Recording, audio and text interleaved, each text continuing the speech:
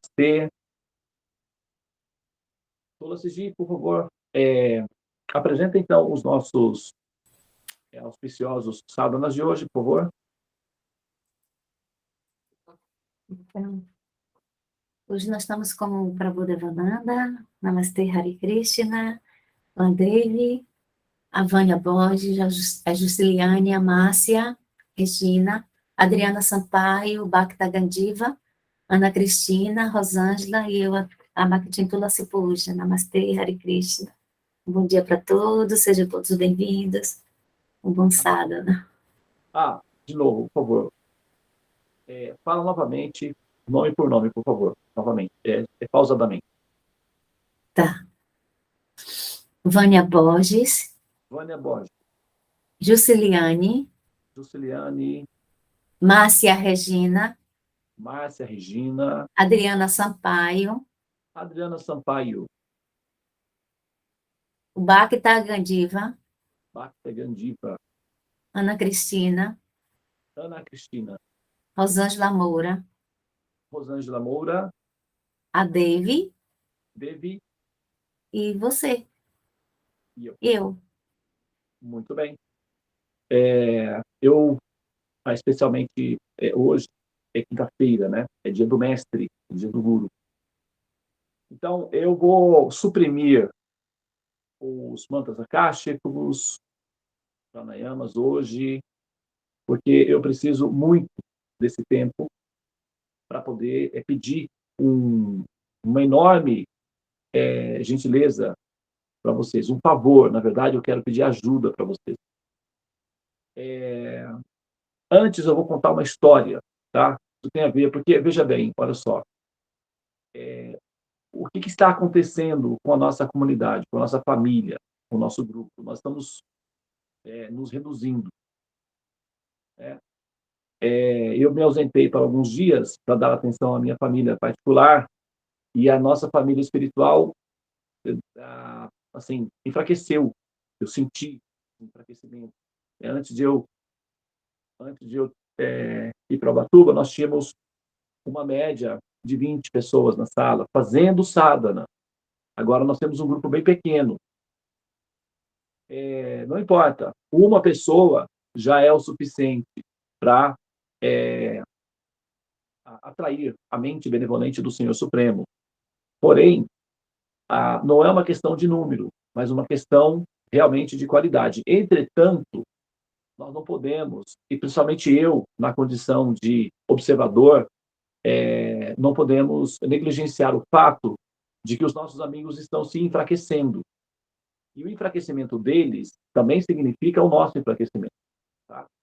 Isso não é necessariamente individualmente, cada pessoa que cuida da sua própria vida e tal. E todo esse discurso, ele é válido numa instância. Mas, na primeira instância, na segunda instância, ele não é válido. Tá? Eu vou contar uma história para explicar para vocês o porquê. Certa vez, numa fazenda, havia uma comunidade de pessoas que conviviam pacificamente. Tinha um ratinho, tinha uma galinha, tinha um porquinho e tinha um boi, um boizinho. Tá? Tinha um boi. Eles viviam lá, nessa fazenda. O ratinho, ele era especial no grupo porque ele trazia comidas diferentes. Ele entrava na casa da dona da fazenda e roubava queijo, roubava uma coisinha diferente. E aí comia e também os outros também podiam comer. Porque ele trazia para fora. Até que um dia, a dona da casa colocou lá uma ratoeira para que o rato não mexesse mais nas coisas. E o rato, então, se viu numa situação desfavorável. Ele veio, então, ao porco e pediu ao porco, por favor, ele primeiro pediu à galinha, você poderia me ajudar se você, com os seus pés, que estão compridos, empurrar para o lado a ratoeira, eu posso passar e pegar o nosso queijo. A galinha, então, disse, olha, seu rato, eu vou dizer para você que eu gosto muito, né, dos seus presentes e tudo, mas eu acho que esse não é um problema meu. Porque eu posso viver sem o seu queijo. Mas eu acho que esse problema é seu. eu não vou me envolver nessa história, não. O ratinho ficou muito decepcionado com essa resposta, claro, porque ele tinha a galinha como companheira, amiga e tal. Bom, mas ele ainda tem amigos, né? Foi até o porco e fez a mesma proposta ao porquinho. Ele disse: Olha, seu ratinho, eu já tenho a minha, né, lavagem aqui, a dona traz todo dia para mim aqui. Eu não necessito. É, assim, a gente tinha uma sobremesa, mas eu posso viver sem a sobremesa. Eu não vou me envolver, sair daqui, ir lá na casa da dona, esse trabalho todo, para esse. Acho que não vale a pena, não. Eu não vou. Você tem que encontrar uma outra forma de viver, sobreviver. Eu acho que esse não é um problema meu, não. É um problema seu. E ele mais uma decepção, né? E com o boi é a mesma coisa, enfim, com todos. E ele ficou então pensando, poxa vida, né? Então tá, vou lá eu sobreviver então do meu jeito. É bom saber que, na verdade, eu não faço falta, tanta falta assim, como eu imaginava que fazia. Então, eu sou descartável. E o único que tem que cuidar da minha própria sobrevivência, porque todos eles já têm o que comer, eu não. Então, eu vou procurar a minha independência, né? Então, o rato, ele, na sua, sabe, na sua tentativa de novamente empurrar, ele foi lá para tentar empurrar a ratoeira para o lado, ele fez muito esforço, e nesse esforço que ele fez xixi.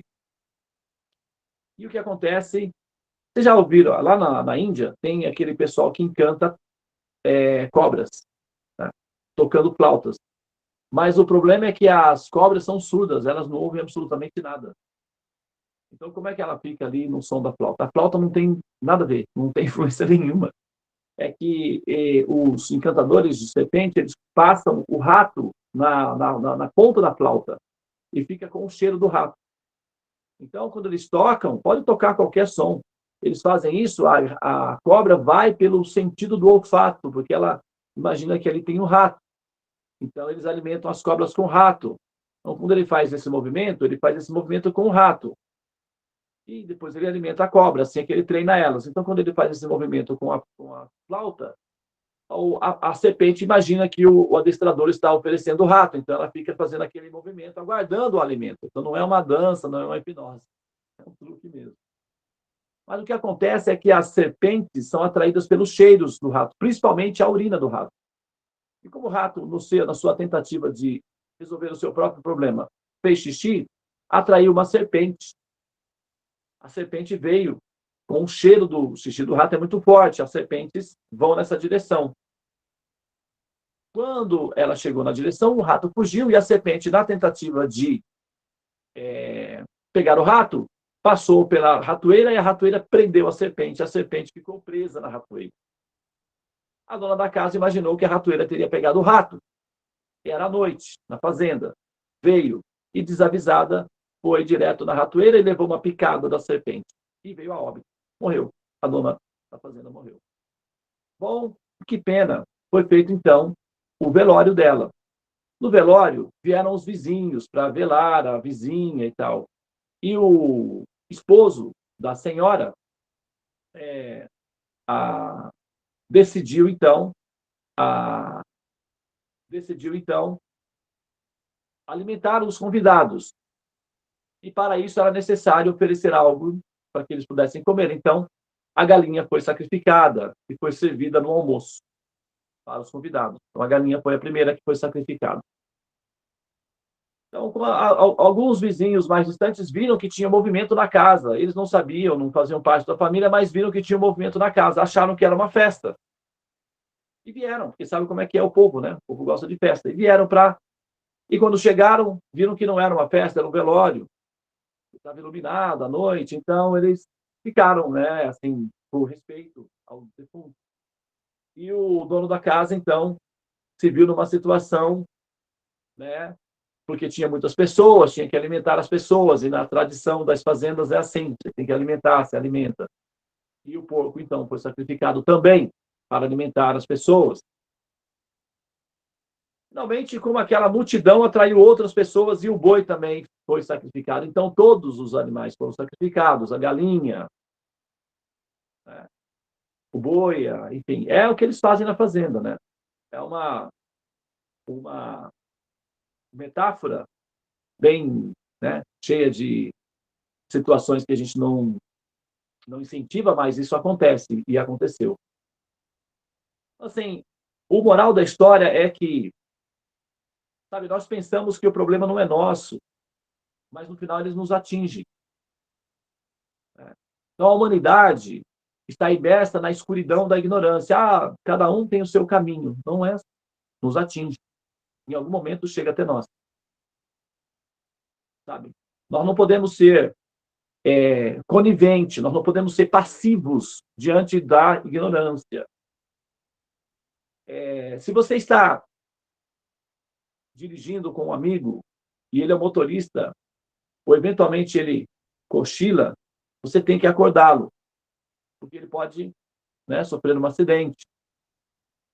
Então, nós precisamos, de alguma forma, eu já havia mencionado isso daí no nosso grupo administrativo, né, na diretoria, mas eu acho que eu vou trazer o assunto para o público, para nosso grupo, porque a gente não pode, assim, permitir perder os nossos amigos e permanecer na passividade. Pelo menos nós temos que tentar trazê-los de volta para a luz, porque a tendência nossa, a nossa força espiritual, a força espiritual que nós temos, vem principalmente do nosso sadhana. É o sadhana que produz força espiritual. Não é a nossa intuição de que eu sou um devoto de Deus, de que eu sou uma pessoa piedosa. Isso tudo bem. Mas isso não protege, não nos protege do medo, da depressão, da ansiedade. Acreditem, eu, como astrólogo e também psicólogo, porque a minha formação original é psicologia, não me formei completamente, mas eu vim, né, dessa área. Eu trato muitos pacientes religiosos, acreditem, muitos, muitos, muitos. Pessoas religiosas, piedosas, pessoas que rezam. Ontem mesmo teve uma senhora aqui com um terço na mão, rezando, mas com os músculos da coluna vertebral todos enrijecidos, e ela, assim, tremendo, de ansiedade, de medo, porque a idade um pouco mais avançada e medo da morte. Então, ser uma pessoa religiosa não garante o seu bem-estar emocional, não garante a nossa paz, não garante. Tá? Nós precisamos ter sadhana. É o sadhana que nos liberta do medo, da ansiedade, é o sadhana, porque o sadhana nos pressiona a despertar com a luz do sol. E a luz do sol existe, foi criada por Deus para um propósito muito específico de nos fazer observar que luz existe, para prestar atenção nela. E ela começa nesse horáriozinho. Esse horário, olha, gente, vocês querem conhecer pessoas autenticamente felizes? Não adianta, você num bar de final de semana, você não vai encontrar pessoas autenticamente felizes. Não vai. Você vai encontrar pessoas tentando aliviarem-se, afogarem-se dos seus sofrimentos ou buscar alguma distração mental. Mas felizes não é um ambiente que você encontra pessoas autenticamente felizes numa grande quantidade. Pode ser que tenha um ou outro, mas a maioria não. Eles estão ali calibrando ou tentando apaziguar a depressão. Nas igrejas, normalmente as pessoas que vão às igrejas, elas, né, é um lugar onde as pessoas levam seus sofrimentos, suas tristezas, né? Por isso que a gente, aqui na Sala dos Mantos, por exemplo, nós não tocamos nos assuntos atuais, como o fulano fez isso, etc. Por quê? Para não trazer esse ambiente de sofrimento, de dor, de miséria humana para dentro desse ambiente, porque nós temos uma neutralidade, é como se fosse uma embaixada, para a gente ter um momento, um local onde nós só tratamos do assunto da paz, de nada mais. E agora, ambientes assim são ambientes onde as pessoas estão sofrendo muito, né? Por exemplo, nos centros espíritas, Ali você não encontra pessoas autenticamente felizes, elas vão ali porque elas estão sofrendo muito. Então, são ambientes de cura, de dor, como ambientes hospitalares. Então, onde nós vamos encontrar pessoas realmente felizes, autenticamente felizes, pessoas que nós vamos olhar e vamos pensar da seguinte maneira: existe sim pessoas felizes. De alguma forma, existem pessoas felizes. Onde você vai encontrar essas pessoas? Na feira livre. Os atendentes, os donos de barracas de feira livre. Principalmente das cidades de interior. Por quê? Os donos de barracas de feira livre das cidades do interior são os próprios plantadores, aqueles que moram na roça. Então, essas pessoas, se você conversa com elas, elas são pessoas comuns, mas você vê vitalidade, você vê vida, você sente saúde mental nessas pessoas, alegria. É um festival de autenticidade em termos de alegria. Conversa com essas pessoas e pergunte a elas como é o seu ritmo de vida. Eles acordam sempre com o sol, gente. Eles são saudáveis. Entende? Então, o hábito que nós temos de acordar após o sol é uma pandemia generalizada, é uma doença coletiva e leva as pessoas à depressão, ao medo, à ansiedade. Isso aumenta exponencialmente o índice de suicídio. Então, existem pouquíssimos grupos no mundo que se preocupam com esse aspecto da saúde mental da humanidade. Pouquíssimos, raríssimos. Os grupos de oração, de Ho Oponopono, de meditação, eles, não raras vezes, são, por não entenderem a gravidade da situação, acabam se tornando permissivos. E aí, os membros, eles não conseguem, apesar de todo o esforço, libertarem-se plenamente dos medos, das ansiedades. Então, não, e a humanidade precisa de seres humanos saudáveis. A humanidade precisa de seres humanos capazes de curar outros seres humanos. Nós precisamos. Nós temos netos, nós temos filhos. Daqui a pouco eles são os próximos seres humanos neuróticos, doentes, depressivos, tomando remédios, pensando em suicídio. Então, o problema é nosso. Não é da outra vizinha lá, o pessoal, não é um problema coletivo. E nós precisamos cultivar uma consciência de libertarem-se dessas doenças emocionais, mentais, que têm como base a letargia, o comodismo, a ignorância, a escuridão. A escuridão provoca vários tipos de doenças. Então, o cultivo do sono em excesso provoca esses tipos de doenças. Hoje à noite nós vamos fazer uma live falando sobre o planeta Saturno. Talvez vocês, alguns de vocês pode ser que queiram assistir essa live ou vão assistir essa live. E esse tema vai entrar na pauta.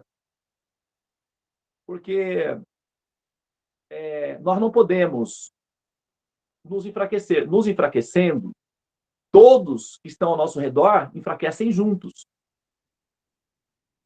E eles dependem da nossa força espiritual. Tá? Então, o que eu quero pedir para vocês? A gente pensar juntos em uma forma de, sabe, não necessariamente ser invasivos, como eu, porque a minha posição me obriga a ser contundente, invasivo, me obriga a ser, sabe, me coloca numa posição em que eu preciso fazer isso. E aí, claro que eu fico um pouco impopular, né? Um alvo de crítica, né? Mas esse Devananda não para de falar. Mas tudo bem, não tem problema nenhum, porque o coração já está calejado e eu fui treinado para receber esses impactos. Tá tudo bem. Mas tem que ter uma forma, nós precisamos pensar numa forma de tornar esse conceito de acordar pela manhã para tomar o remédio, porque uma das dificuldades que eu vejo é que fica parecendo que a pessoa está praticando uma religião que não é a dela, que a pessoa está fazendo. Talvez o que a gente possa fazer, sabia, uma das ideias bom, depois eu vou falar em particular, mas a gente precisa trazer de volta o conceito de que isso é um tratamento médico, praticamente. Porque o mantra, ele tem a função de curar a pessoa de medos e ansiedades, e aí esses problemas dão efeitos no corpo, trazem doenças no corpo também, né? Então a gente precisa trazer de volta os nossos amigos para fortalecer a nossa sala, para que a gente possa também receber, e nós também acabamos, né, perdendo um pouco da potência, porque quando a gente não tem essa associação, também nós ficamos menos fortalecidos. A gente vai continuar, nós vamos continuar, porque a nossa determinação de nos libertar do ciclo dos repetidos nascimentos e mortes, ainda em vida, não depende necessariamente do esforço do outro. Nós vamos continuar, porque essa é a meta da nossa existência. Nós precisamos chegar nesse ponto. É como o Raul Seixas disse certa vez, né, quando cantou: não pense que a cabeça aguenta se você parar. Não, não, não, não, não, não. Tenha fé em Deus, tenha fé na vida, tente outra vez. Você será capaz de sacudir o mundo, né? Basta ser sincero e desejar profundo. A coisa não mudou, continua a mesma fórmula, determinação de alcançar o Supremo. Então a gente vai continuar. Independentemente, como está escrito na Bíblia, né? Se 10.000 caírem ao seu lado, 10 do outro, você vai estar firme, porque você está ancorado no Supremo. Só que nós não queremos apenas nós estar firmes. Nós queremos que os nossos amigos estejam firmes. Porque eles estando firmes, os filhos, os netos, a família também se beneficia. Os antepassados se purificam e se fortalecem. Então, a gente tem que pensar, num certo ponto do jogo da evolução, nós não podemos pensar individualmente na nossa própria cura. Aí a gente já tem que pensar no grupo. Nós temos que ter um pensamento altruísta, pensamento coletivo, de grupo. A pessoa deixa de ser um indivíduo e passa a ser um grupo. Ela pensa em grupo, é como uma mãe. A menina solteira, sozinha, pensa nela mesma. Casou, tem filhos, já pensa num grupo. Ela deixa de ser um ser individual para ser um ser coletivo. Então, no momento da nossa evolução em que nós estamos, nós precisamos pensar de forma coletiva. Eu não sei exatamente, talvez vocês, pensando nesse contexto, possam ter algumas ideias que a gente possa, sabe, falar, que a gente possa mencionar, que a gente possa colocar na prática. Uma ideia, por exemplo, é que, pelo menos, assim, eu sei que as pessoas são tímidas, né, eu sei que é difícil falar em público, eu sei que é complicadinho, né? Mas, sabe, eu acho que a gente precisa de alguns testemunhos. Eu acho que é preciso mais pessoas falando desse assunto, não apenas eu, para não parecer que é uma coisa minha, que eu estou tentando, porque não é assim. Eu acho que a gente precisa que outras pessoas falem sobre esse assunto. Lembrem nossos amigos da importância de acordar cedo pela manhã com o sol, que é a criação, que é a forma como Deus criou as coisas, para que a gente fique saudáveis, felizes. Depois do sadhana, pode até voltar e tirar um cochilinho, não tem problema, não vai ter até sonhos maravilhosos, inclusive. Mas durante o sadhana, estar dentro do nosso campo, porque a gente não consegue proteger muito aqueles que se isolam através da escuridão, do isolamento. Eles ficam distantes. Aí o que vai acontecer? Quando eles se sentirem maus, quando eles se sentirem deprimidos, tristes, aí eles voltam. Então fica uma coisa assim um pouco superficial de um assistencialismo, como um hospital. Isso é superficial, né? A gente fica fazendo uma função de tapa-buracos. O que nós queremos é que o ser fique, sabe, assim, plenamente saudável. Eu já, individualmente, eu falo com as pessoas, assim, não é necessário que você venha na sala dos mantras todos os dias. Não é necessário. Nós temos 2 pernas, 2 olhos. Então, se cada membro entrar na sala dos mantras 2 dias, é o suficiente para manter essa pessoa na manutenção da sua, vamos dizer, da sua cura. É uma questão de tempo para dar problema emocional devido ao cultivo da escuridão, da ignorância. Acontece, é muito comum. Os sábios dizem que aqueles que negligenciam os ensinamentos superiores, aqueles que negligenciam os ensinamentos superiores e abrigam-se na letargia e no caminho do apego à ignorância e à escuridão, sofrem. O caminho é como o fio de uma navalha. Vai provocar dor no devido curso do tempo. É uma questão de tempo. Então, nós vemos, não é assim, as pessoas absorvendo-se na ignorância e, assim, pensar que cada um tem o seu caminho individual, tem toda razão. Isso é um pensamento correto. Mas é uma instância primária da evolução. Nós precisamos nos preocupar que o outro não se machuque, porque uma vez que o cultivo da ignorância e da escuridão produz dor, esse cultivo vai produzir dor em algum momento. Então, eu não poderia deixar de mencionar sobre isso, até porque é minha responsabilidade. Tá, gente? Então, nós precisamos cuidar dos nossos amigos, nós precisamos cuidar daqueles que eventualmente se afastam, daqueles que perdem a força, nós precisamos lembrá-los de que, na verdade, nós precisamos fazer a manutenção da nossa cura. E a nossa sala dos mantras não tem necessariamente a função de conduzir ou convencer as pessoas a se tornarem Vaishnavas ou devotos de Krishna, ou Hare Krishna. Eu sou Vaishnava. Algumas pessoas são, mas tem várias pessoas de várias religiões diferentes. E a nossa intenção aqui, o nosso propósito aqui, é que nós sejamos um oásis de cura, para que a gente se fortaleça em termos da psique humana mesmo, assim, em termos de paz, de equilíbrio, de força mental, para cuidar daqueles que nos rodeiam, porque eles vão precisar de ajuda a qualquer momento, já que eles estão na ignorância, é uma questão de tempo para eles entrarem num sistema de colapso. E como é que eles vão ficar sem alguém que tenha força próximo deles? Entende? Então, assim, o pastor, o mestre, o padre, ele não dá conta de cuidar de todos sozinho. Então, o que ele tem que fazer? Potencializar os chefes de família, as mães, os pais, para que eles sejam fortes para cuidar dos seus filhos. E assim nós cuidamos da humanidade. Então, eu estou cumprindo o meu Dharma aqui, minha missão, tá, pessoal? Muito bem. Eu não sei exatamente ainda o que nós podemos fazer para poder gradualmente ir, assim, eventualmente, né,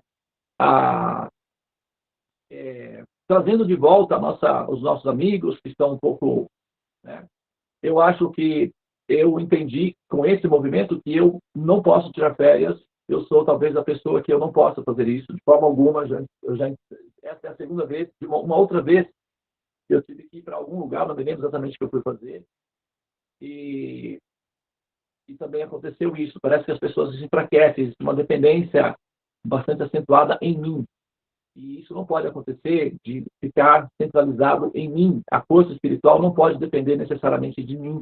Tem que ser uma conquista individual de cada um dos nossos amigos, que o conhecimento, ele é universal, ele é para todos, né? A minha missão é compartilhar os conhecimentos que eu adquiri, mas não pode ficar centralizado em mim, a não ser, então, os meus momentos de lazer só podem ser quando eu adoecer, porque quando eu adoeço, eu vi que não tem a evasão no grupo, mas se eu me retiro um pouquinho para uma outra função, existe uma evasão.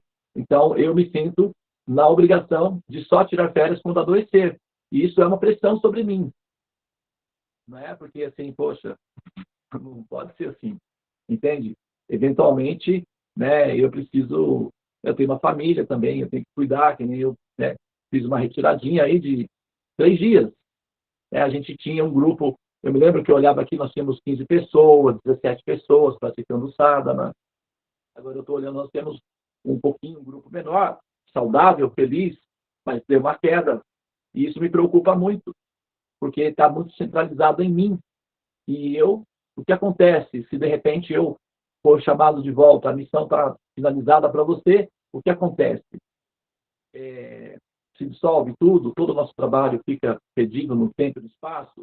Não pode. Então, eu preciso compartilhar com vocês essa responsabilidade coletiva de grupo, de cuidar de todo o grupo, todo mundo cuidando de todo mundo. E eu também vou cuidar, claro, mas não pode ficar tão focalizado em mim. Então, assim, gostaria que vocês pensassem. Eu não estou fazendo uma despedida também, não, tá, pessoal? Vamos ficar sempre juntos. Vocês vão ter que engolir aí por a vida toda, né? Daqui para frente. Mas isso me preocupa muito, né? Assim, a minha ausência, né? Eu fico também me sentindo lisonjeado, né? Porque as pessoas têm uma ligação de amor por mim. Mas eu voltei. Cadê meus amigos? Eu já voltei.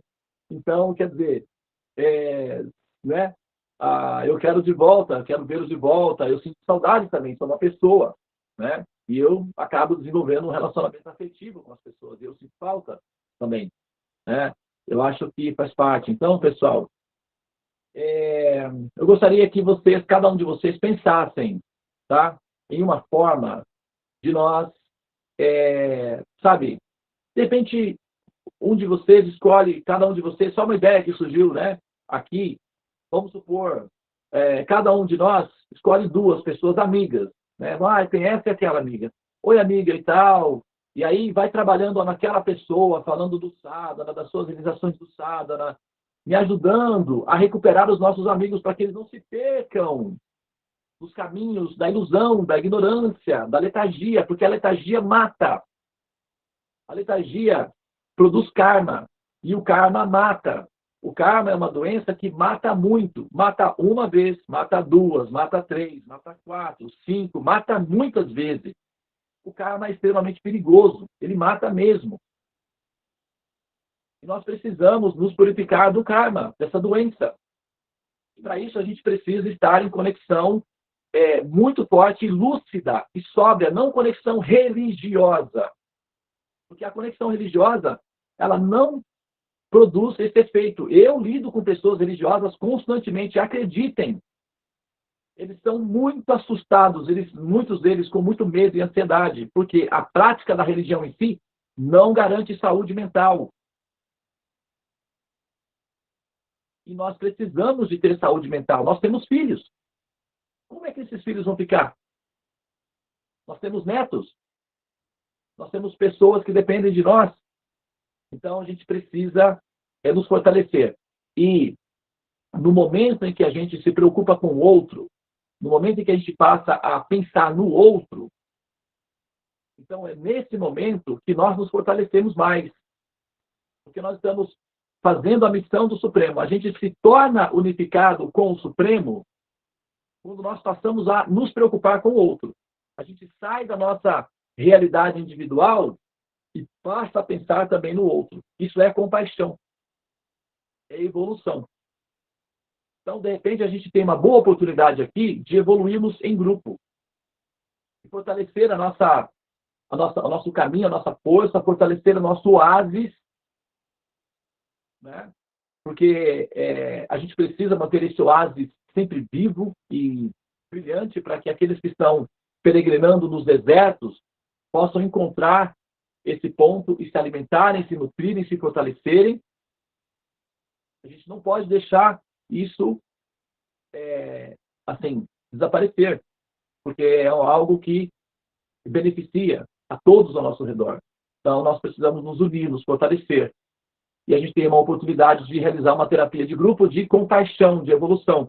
E podemos fazer isso como uma oferenda ao Supremo, como uma demonstração da nossa gratidão, como uma demonstração do nosso amor aos nossos amigos também. Nós queremos o bem deles.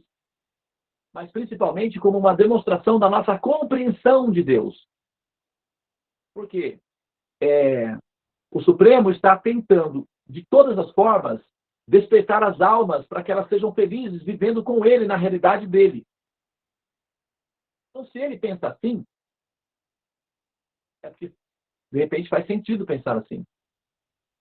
Então, se nós estamos nos unificando ao Supremo, nos tornando unas com o Supremo, então pensar assim é uma consequência da evolução. É uma chance de nós evoluirmos em grupo, tá, pessoal? Muito bem, então vou parar aqui, tá? Eu não estou assim, chateado, essas coisas, nada disso, tá?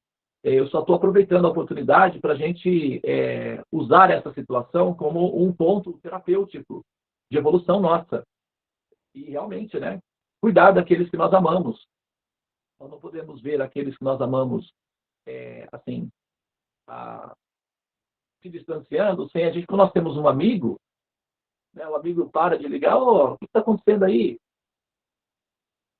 Né? O que está acontecendo aí?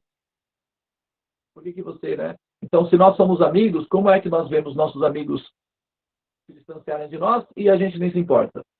Não faz sentido. Então, eu não sei como resolver isso também. E gostaria que vocês individualmente pensassem em alguma coisa e se puderem fazer alguma coisa já individualmente também, sem necessariamente formalizar isso, vai ajudar, tá? Então, eu acho que eu usei todo o tempo, mas isso é extremamente necessário.